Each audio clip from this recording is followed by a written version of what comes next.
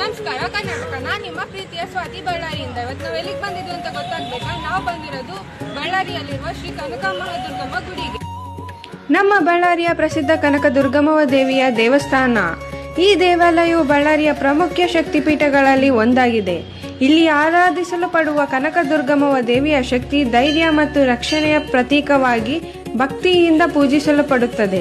ಪ್ರತಿದಿನ ಅನೇಕ ಭಕ್ತರು ಇಲ್ಲಿಗೆ ಬಂದು ದೇವಿಯ ಆಶೀರ್ವಾದ ಪಡೆಯುತ್ತಾರೆ.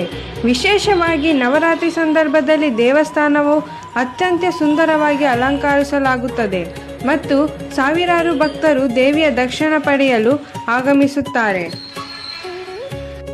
ದೇವಾಲಯದ ಶಾಂತ ವಾತಾವರಣ, ಆಧ್ಯಾತ್ಮಿಕ ಅನುಭವ ಮತ್ತು ಸುತ್ತಮುತ್ತಲಿನ ಸೌಂದರ್ಯ ಮನಸ್ಸಿಗೆ ನೆಮ್ಮದಿ ನೀಡುತ್ತದೆ. ದೇವಿಯ ದರ್ಶನವನ್ನು ಮುಗಿಸಿ ದೇವಸ್ಥಾನದ ಹೊರಗೆ ಬಂದಾಗ ಅಲ್ಲಿ ಮೊಹರಂ ಆಚರಣೆ ನಡೆಯುತ್ತಿರುವುದನ್ನು ನೋಡಿದೆವು. ಆ ದೃಶ್ಯ ತುಂಬ ವಿಶೇಷವಾಯಿತು. ಜಾತಿ ಧರ್ಮ ಭೇದವಿಲ್ಲದೆ ಎಲ್ಲರೂ ಒಟ್ಟಾಗಿ ಭಾವಿಸುತ್ತಿದ್ದರು. ಬಳ್ಳಾರಿಯ ಐಕ್ಯತೆ ಮತ್ತು ಸೌಂದರ್ಯತೆಯನ್ನು ಇದು ಒಂದು ಸುಂದರವಾದ ಉದಾಹರಣೆಯಾಗಿದೆ. ನಮ್ಮ ಬಳ್ಳಾರಿಯಲ್ಲಿ ಮೊಹರಂ ಸೆಲೆಬ್ರೇಷನ್ ಮಾತ್ರ ಫುಲ್ ಗ್ರ್ಯಾಂಡ್ ಆಗಿ ಮಾಡ್ತಾರೆ ಗಾಯ್ಸ್.